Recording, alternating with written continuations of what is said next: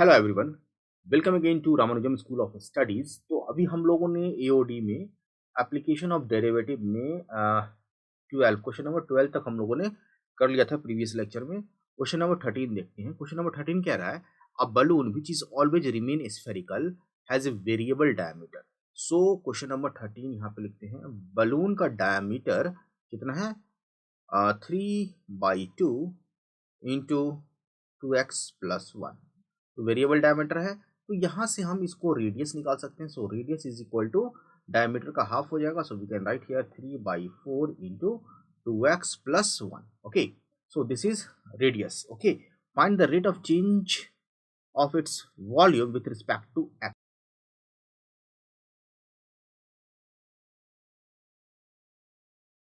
to 4/3 pi r cube. So we can write here volume of a sphere. So this is equal to V is equal to 4 divided by 3 pi. Okay, और r के जगह हम लोग लिखेंगे 3/4 into 2x+1 का whole cube. ये हो गया हमारा क्या चीज, वॉल्यूम। और हमें क्या फाइंड करना है, dv/dx।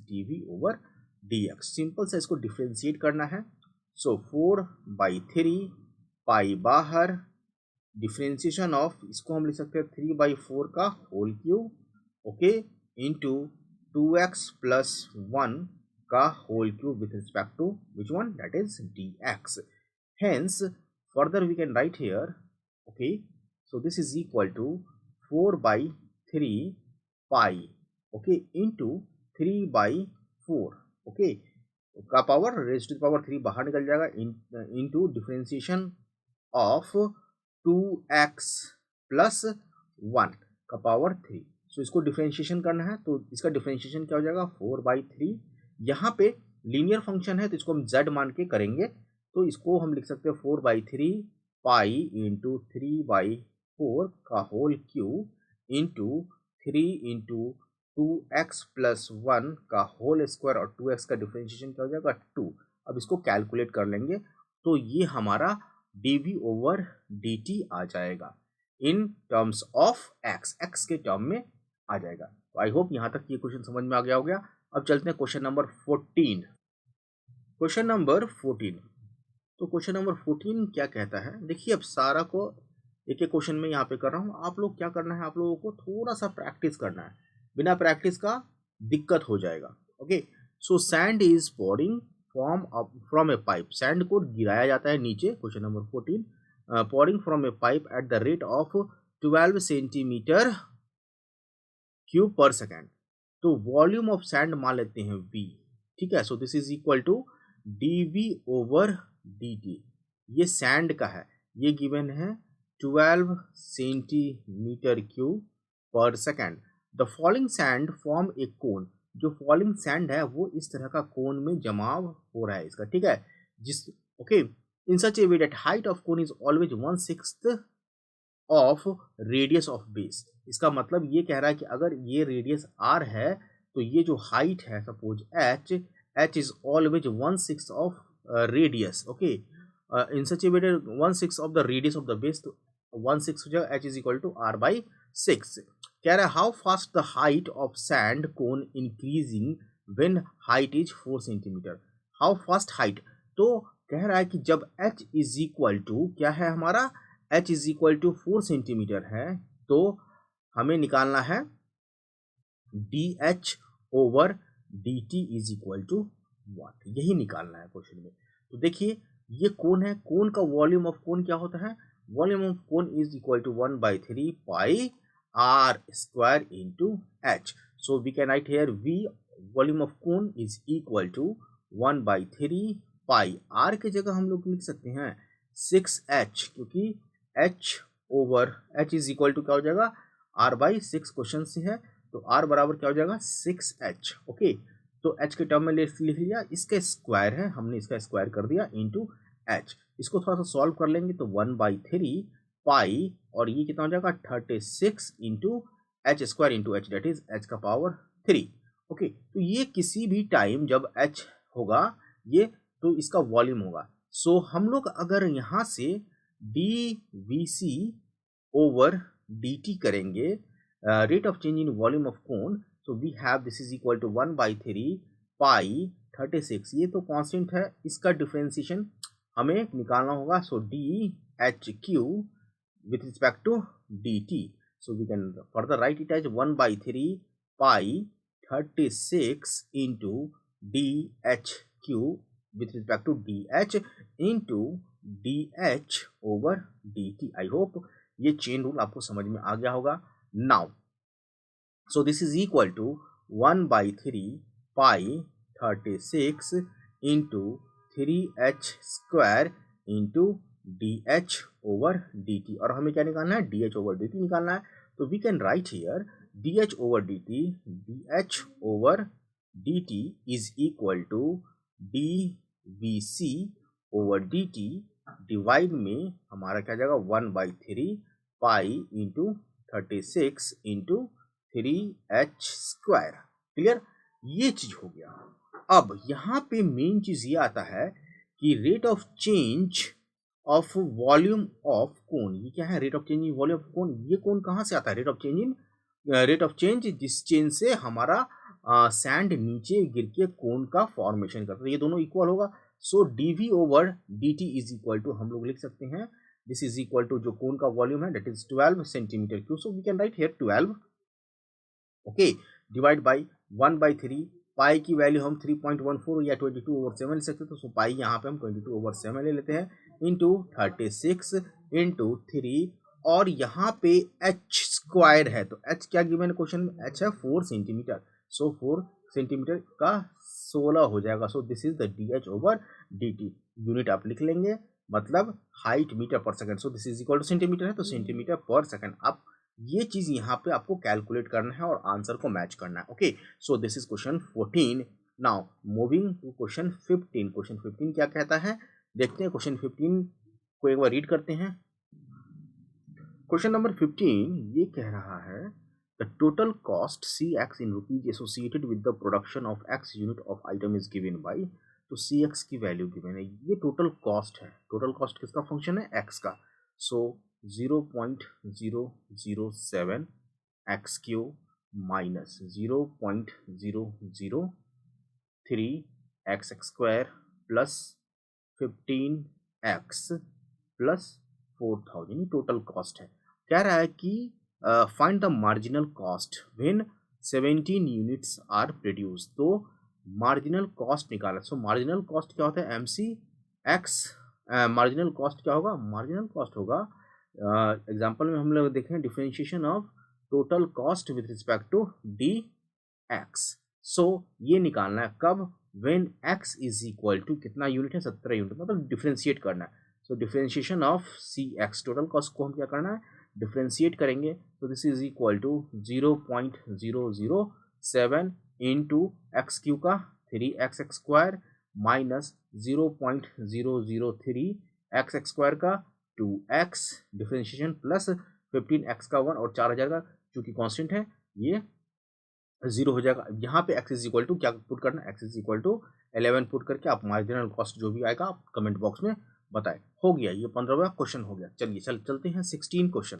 16th क्वेश्चन कह रहा है the total revenue rupees, okay, again revenue rupees received from sale of x unit of product is given by, तो रुपीज गिवन है, रेवेन्यू कितना rx is equal to 13x square plus 26x plus 15, okay. और कह रहा है marginal revenue क्या होगा, तो मार्जिनल रेवेन्यू क्या है, drx, okay, with respect to dx is equal to 13 into 2x plus 26, x का डिफरेंशिएशन 1, सो ये क्या हो जाएगा 26, और किस पे निकालना है, x इज इक्वल टू 7 पे, we have to put value of 2 into X का जगह 7 प्लस 26, इसको कैलकुलेट कर लिए, जो आंसर आएगा इसे आपको कमेंट बॉक्स में बताना. ओके, नाउ नेक्स्ट क्वेश्चन है choose the correct option, question number 17. So question number 17 कह रहा है the rate of change of area of a circle with respect to its radius when r is equal to 6, तो area is equal to क्या होता है, pi r square, rate of change of area dA with respect to dr कितना हो जाएगा, pi into r का differentiation 2r, that is 2 pi r, और r की वैल्यू क्या है, r इज इक्वल टू 6, तो we have to put 2 pi r is equal to 6, that is 12 pi. Option देख लीजिए, ऑप्शन कौन सा सही है, 12 पाई। ऑप्शन बी हमारा सही है, ऑप्शन बी हो जाएगा 17th का आंसर। नेक्स्ट है 18th है टोटल रेवेन्यू। तो आप इसका आंसर बताएं, क्योंकि ये मार्जिनल रेवेन्यू, तो हमको इसको डिफ्रेंशिएट करके वैल्यू पुट करना है, x इज इक्वल टू 15। तो आप 18th क्वेश्चन का कम से कम इसको करके बताएं। ओके, नाउ अब बात करते हैं इंक्रीजिंग एंड डिक्रीजिंग फंक्शन का। ध्यान से देखिए, इंक्रीजिंग एंड डिक्रीजिंग फंक्शन। क्या होता है इंक्रीजिंग फंक्शन, क्या होता है डिक्रीजिंग फंक्शन? सिंपल सा बात है कि अगर कोई ग्राफ, कोई फंक्शन लगातार इंक्रीज करता हो, ठीक है, तो उसको इंक्रीजिंग फंक्शन कहते हैं। मान लेते हैं y is equal to F X है, सो इंक्रीज करेगा तो दो केस हो सकता है, ग्राफ क्या होगा, ऐसे होगा, या फिर इंक्रीज नहीं करेगा, या फिर क्या होगा, कांस्टेंट हो सकता है, ठीक है। तो एक्स ग्राफ कैसा हो सकता है, ऐसा। तो स्लोप क्या है, ये टेन थीटा, टेन थीटा क्या होना चाहिए, पॉजिटिव। स्लोप क्या होता है, स्लोप होता है dy over dx। So this is equal to differentiation of F X. So slope क्या होना चाहिए, ग्रेटर देन 0 होना चाहिए। कांस्टेंट फंक्शन में भी हम इंक्रीजिंग में कांस्टेंट फंक्शन को भी ले सकते हैं। So for increasing function we have differentiation of X greater than equal to 0 for strictly, कि हमें स्ट्रिक्टली है, इंक्रीज ही कर रहा है strictly. So we can write here differentiation of x is greater than 0, strictly के लिए ग्रेटर देन 0, और इंक्रीजिंग के लिए नॉट स्ट्रिक्टली इंक्रीज कर रहा है तो हम इस कंडीशन को यूज करेंगे डिफरेंशिएशन। सिमिलरली अगर कोई फंक्शन डिक्रीज कर रहा है तो स्लोप क्या होना चाहिए, स्लोप ये हमारा y एक्सिस है, ये एक्सिस है, स्लोप क्या होना चाहिए, negative. So for decreasing function we have differentiation of that is slope is less than 0। तो ये किसके लिए है, हमारा डिक्रीजिंग फंक्शन के लिए है। ओके, तो ग्राफ में भी आपको समझ में आ सकता है, अगर इस ग्राफ को राइट हैंड साइड देखें तो ये लगातार इंक्रीजिंग है, तो कभी भी इसका स्लोप निकालेंगे वो पॉजिटिव होगा, लेकिन लेफ्ट हैंड साइड में ये x की वैल्यू अगर इंक्रीज कर रही है तो y की वैल्यू डिक्रीज करे। इसको इस तरह से भी लिख सकते हैं कि अगर x की वैल्यू हमारा इंक्रीज कर रहा है, y की वैल्यू इंक्रीज कर रहा है, तो फंक्शन क्या होगा, इंक्रीजिंग। या फिर यहाँ पे डिक्रीजिंग के लिए क्या होगा, x की वैल्यू इंक्रीज करेगी तो y की वैल्यू डिक्रीज होगी, तो फंक्शन क्या होगा, डिक्रीजिंग। या x की वैल्यू डिक्रीज करेगी, y की वैल्यू इंक्रीज करेगी, तो ये भी हमारा डिक्रीजिंग फंक्शन होगा। तो बेसिकली आपको ये ध्यान रखना है, ये सब आगे के कॉन्सेप्ट के लिए जरूरी है ग्राफिकल में, तो यहाँ पे ये चीज हमें नहीं समझना है। तो सिंपल सा बात है, इंक्रीजिंग फंक्शन के लिए इसको ऐसे समझें कि अगर x1 is less than x2, तो फंक्शन इंक्रीजिंग होगा कब, जब f(x1) is also f(x2) less than, तो ये फंक्शन क्या होगा, फंक्शन इंक्रीजिंग होगा। ओके, डिक्रीजिंग के लिए सेम चीज उल्टा हो जाएगा कि f(x1) is greater then f(x2), तो ये हमारा किसके लिए हो जाएगा, डिक्रीजिंग फंक्शन के लिए होगा। ये डेफिनेशन हो गया। तो स्लोप के टर्म में हमें इंक्रीजिंग और डिक्रीजिंग फंक्शन को देखना होगा। ओके, चलिए अब कह रहा है कि show that the function F x is equal to 7x minus 3 increasing, f x is equal to है 7x माइनस 3 इज इंक्रीजिंग। तो यहाँ पे हम लोग क्या कर सकते हैं, यहाँ पे हम लोग, तो हमें ये प्रूव करना है कि ये इंक्रीजिंग फंक्शन है रियल नंबर में। तो इसके लिए हम मान लेते हैं कि रियल नंबर में कोई दो नंबर है, belongs to x1 x2 belongs to real number, कोई दो नंबर है belongs to real number, as such that कि x1 is less than x2, so we can write here fx1, so this is equal to fx1 क्या हो जाएगा हमारा 7x1 minus 3, और fx2 क्या हो जाएगा हमारा, fx2 हो जाएगा 7x2 माइनस 3। सो यहाँ से हम लोग ऐसे लिख सकते हैं इसको कि 7x1 minus 3 less than equal to, हम लोग लिख सकते हैं, लेस देन करेंगे, इक्वल टू नहीं करेंगे, less than 7x2 minus 3, hence x1 is less than x2, तो ये लेस देन x2। यहाँ पे हमने एज्यूम कर लिया कि fx1 is less than x2, तो ऐसा हो रहा है, तो इसलिए इसका मतलब है x1 is less than x2, जैसा कि हमने एज्यूम किया था। ये हमारा क्या हो गया, ये हमारा इंक्रीजिंग फंक्शन हो गया। या फिर इस तरह से लिख सकते हैं डिफरेंशिएशन ऑफ एफ एक्स क्या हो गया 7, चूंकि differentiation of F x is greater than 0 positive है, hence it is increasing function, hence it is increasing function. Clear, ये हमारा इंक्रीजिंग फंक्शन हो जाएगा। ओके, सो थ्योरम 1 कह रहा है if f x continuous on a b and differentiable in open interval, ठीक है, तो एफ एक्स इज इंक्रीजिंग इस differentiation is greater than 0, decreasing if differentiation is less than 0, okay, constant if differentiation is 0। तो ये चीज हम लोगों ने देख लिया। ओके, अब चलते हैं, क्वेश्चन कह रहा है यहाँ पे कि show that the function this is given on increasing, तो ये फंक्शन हमें प्रूव करना है कि इंक्रीजिंग है। So F x is equal to 3x square minus sorry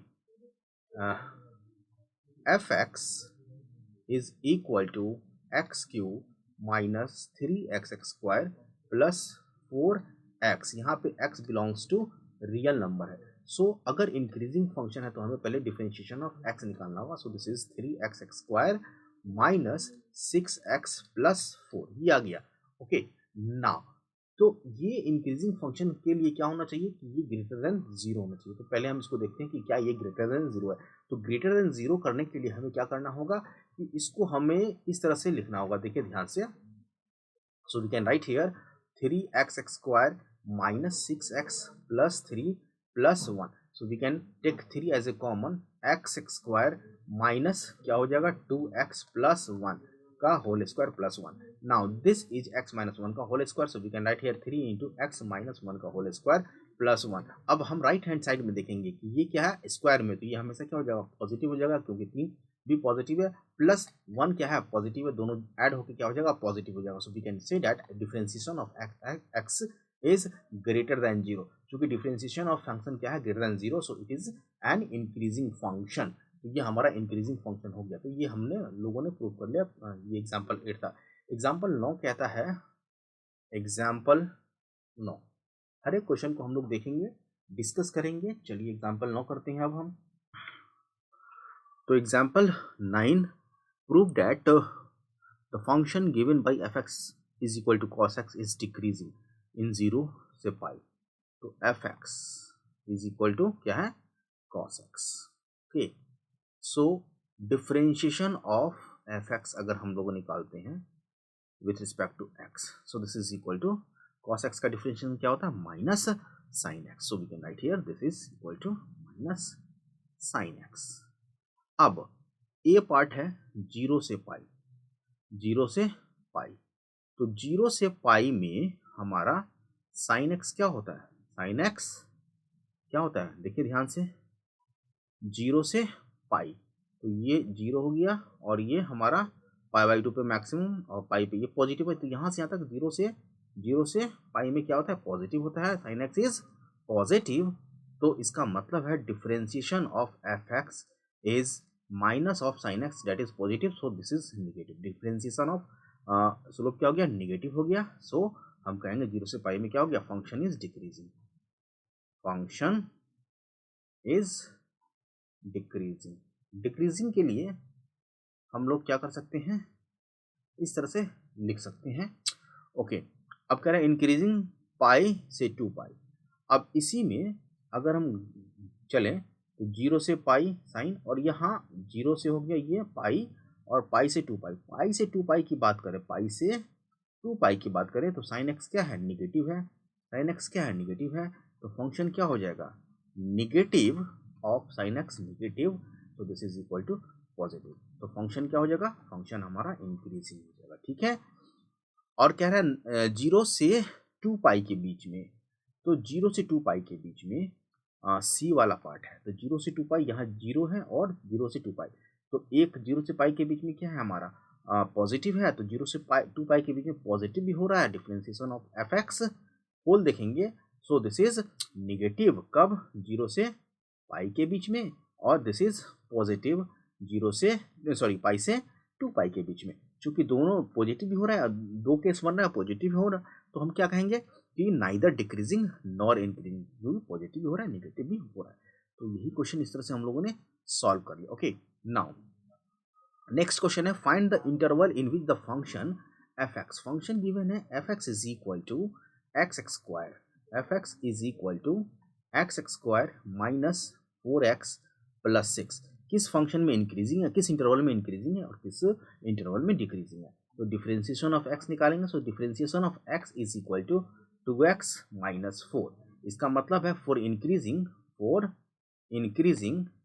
function, so differentiation of F x क्या होना चाहिए, ग्रेटर देन इक्वल टू 0 होना चाहिए। इंक्रीजिंग के लिए हम लोग ग्रेटर देन इक्वल टू 0 करते हैं, तो कभी कभी ये स्ट्रिक्टली इंक्रीजिंग के लिए नहीं है, स्ट्रिक्टली इंक्रीजिंग के लिए क्या हो जाएगा, ग्रेटर देन 0, या डिफरेंशिएशन ऑफ एफ एक्स 0 है तो ये इक्वल टू 0 होगा तो हम कहेंगे ये कांस्टेंट फंक्शन, क्या है, कांस्टेंट फंक्शन है, कांस्टेंट फंक्शन। तो यहाँ पे हम क्वेश्चन में डिफरेंशिएशन ऑफ इंक्रीजिंग के लिए differentiation of F x greater than 0 लेंगे, सो 2x माइनस 4 ग्रेटर देन 0, तो यहाँ से हम लोग 2x ग्रेटर देन 4 करेंगे, x ग्रेटर देन 4/2, सो x ग्रेटर देन 2 होगा।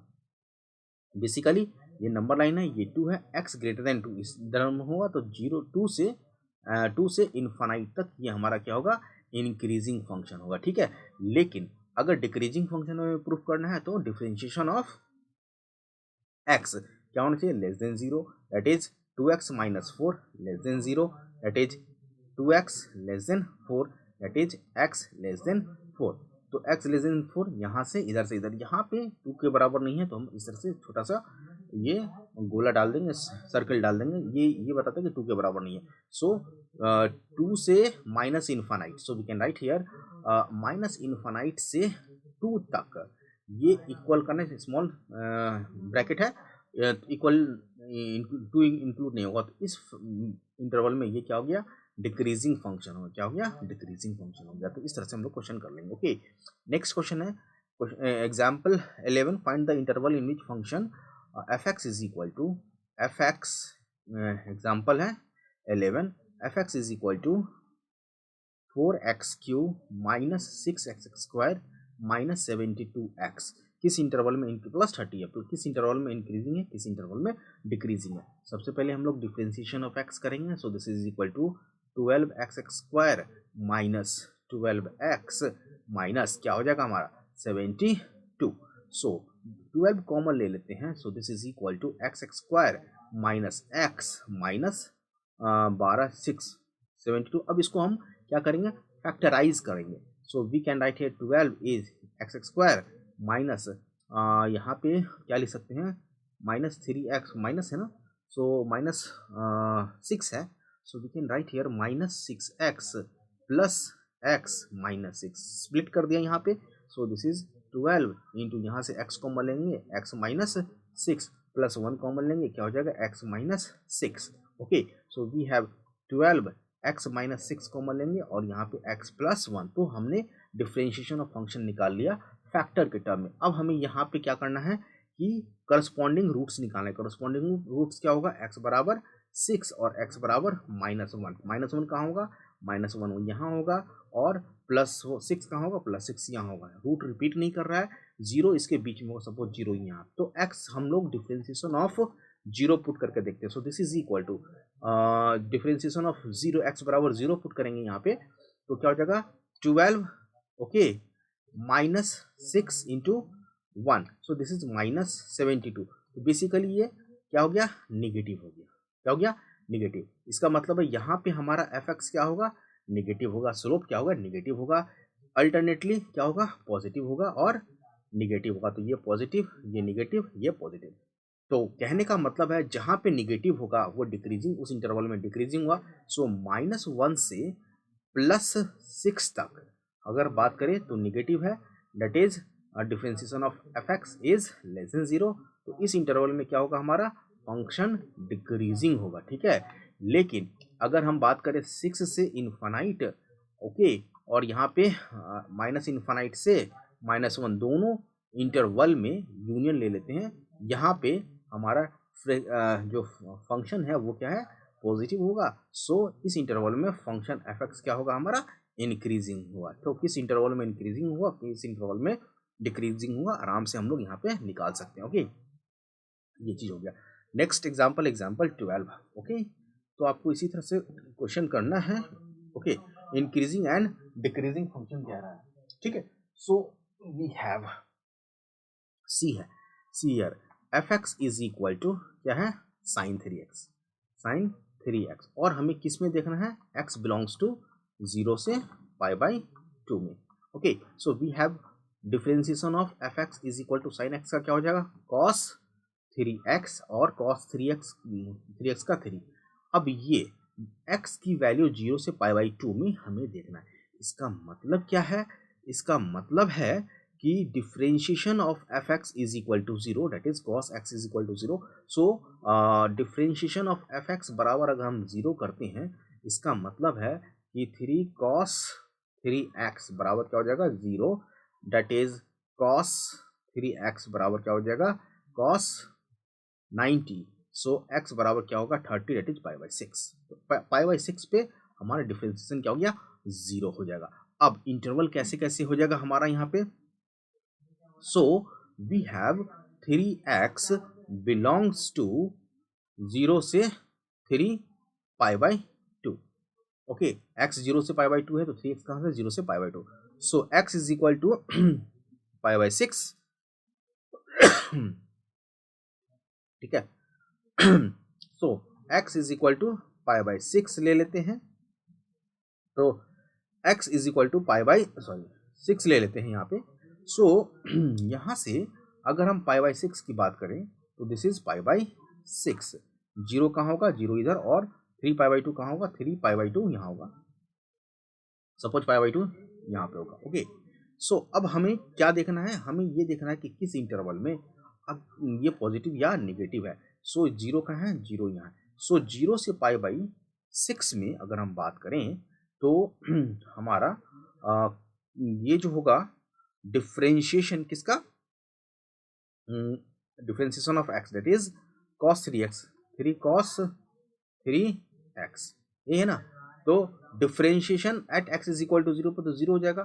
तो x इज इक्वल टू π/6 पे यहाँ पे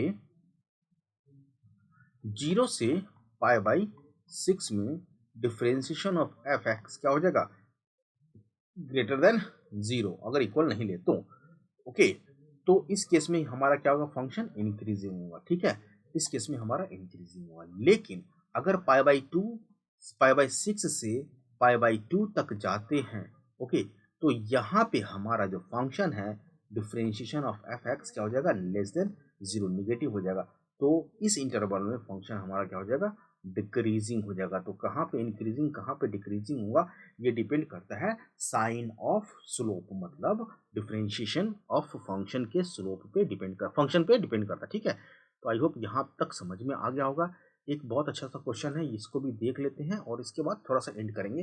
find the interval in which the function given by order, तो एफ एक्स गिवन है, F x is equal to sine x plus cos x. अब कह रहा है किस इंटरवल में ये इंक्रीजिंग और डिक्रीजिंग हुआ, तो बेसिकली इंटरवल पूछ रहा है 0 से x और 2π के बीच में हमें चेक करना है। So differentiation of F x क्या हो जाएगा, साइन एक्स का कॉस एक्स और कॉस एक्स का minus sine x.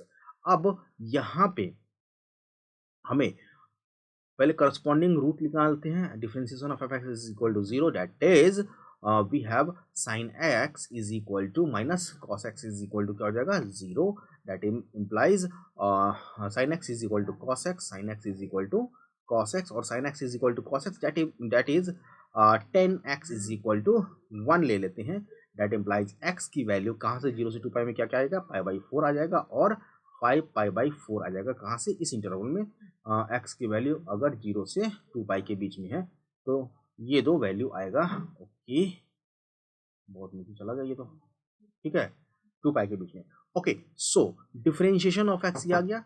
So we have, आगे हम लोग क्या कर सकते हैं यहाँ पे, सो यहाँ पे हमारा जो पॉइंट है ध्यान से देखना है कि x इज इक्वल टू π/4, ये इंटरवल हो गया। दूसरा x इज इक्वल टू 5π/4, और ये मान लेते हैं 0 से लेना है तो 0 से, और यहाँ 2π, तो ये 2π, तो 3 इंटरवल हो गया, एक इंटरवल ये, एक इंटरवल ये, एक इंटरवल ये। सो 0 से π/4 में हम लोग देखेंगे कि डिफरेंशिएशन क्या होता है। उसके बाद हम लोग देखेंगे π/4 से 5π/4 में डिफरेंशिएशन का साइन का वैल्यू क्या होता है, और तीसरा इंटरवल क्या है 5 पाई/4 से ये स्मॉल कोस्ट है, ओके 5/4 से 2 पाई के बीच में हमारा क्या होता है। ओके, सो इस केस में अगर हम देखें, so differentiation of F X value put करके देखेंगे 0 से पाई/4 में, तो 0 से पाई/4 में कुछ भी पुट करते हैं तो ये कॉस पाई/4 ही ले लेते हैं, इक्वल साइन है तो कॉस पाई/4 क्या होगा 1, तो ये 0 हो जाएगा। तो यहाँ पे 0 से पाई/4 में ये इंक्रीजिंग फंक्शन है, so we can write here this is greater than 0, so this is greater than x, 0 हो जाएगा 0 से पाई/4 में ग्रेटर देन 0, सो इस इंटरवल में क्या होगा इंक्रीजिंग होगा, फंक्शन क्या होगा इंक्रीजिंग होगा। ओके, लेकिन पाई/4 से 5 पाई/4 के बीच में तो 10 हमारा क्या हो जाएगा निगेटिव हो जाएगा, सो इस इंटरवल में हमारा फंक्शन क्या हो जाएगा differentiation of F x less than 0, that is function क्या हो जाएगा डिक्रीजिंग हो जाएगा, फंक्शन क्या हो जाएगा डिक्रीजिंग हो जाएगा। और 5 पाई/4 से 2 पाई/4 में हमारा जो फंक्शन है ये पॉजिटिव हो जाएगा, differentiation of F x is greater than equal to 0, so इस फंक्शन में हमारा एफ एक्स क्या हो जाएगा एफ एक्स हमारा इंक्रीजिंग हो जाएगा। सो बेसिकली समझ में आ गया होगा अभी आपको क्या करना है इसमें, सो किस में इंक्रीजिंग किस में डिक्रीजिंग है आराम से हम लोग देख सकते हैं। अब हमारे पास एक्सरसाइज 6.2 है और 6.2 में कितने क्वेश्चन है, 6.2 में है 19 क्वेश्चन। ओके, सो 6.2 में जो 19 क्वेश्चन है इसको नेक्स्ट लेक्चर में हम लोग सारे क्वेश्चन को करने की कोशिश करेंगे। आधे घंटे का वीडियो हो गया, तो आप लोग इन सारे एग्जाम्पल को प्रैक्टिस कीजिए, एग्जामिनेशन बहुत ही नज़दीक आ गया है, ठीक है। इससे पहले एक वीडियो और हम लोगों ने अपलोड किया था AOD पे, तो आप उसको भी देखिए, प्रैक्टिस कीजिए, और आज के लिए इतना ही रखते हैं। हैव ए नाइस डे, जय हिंद।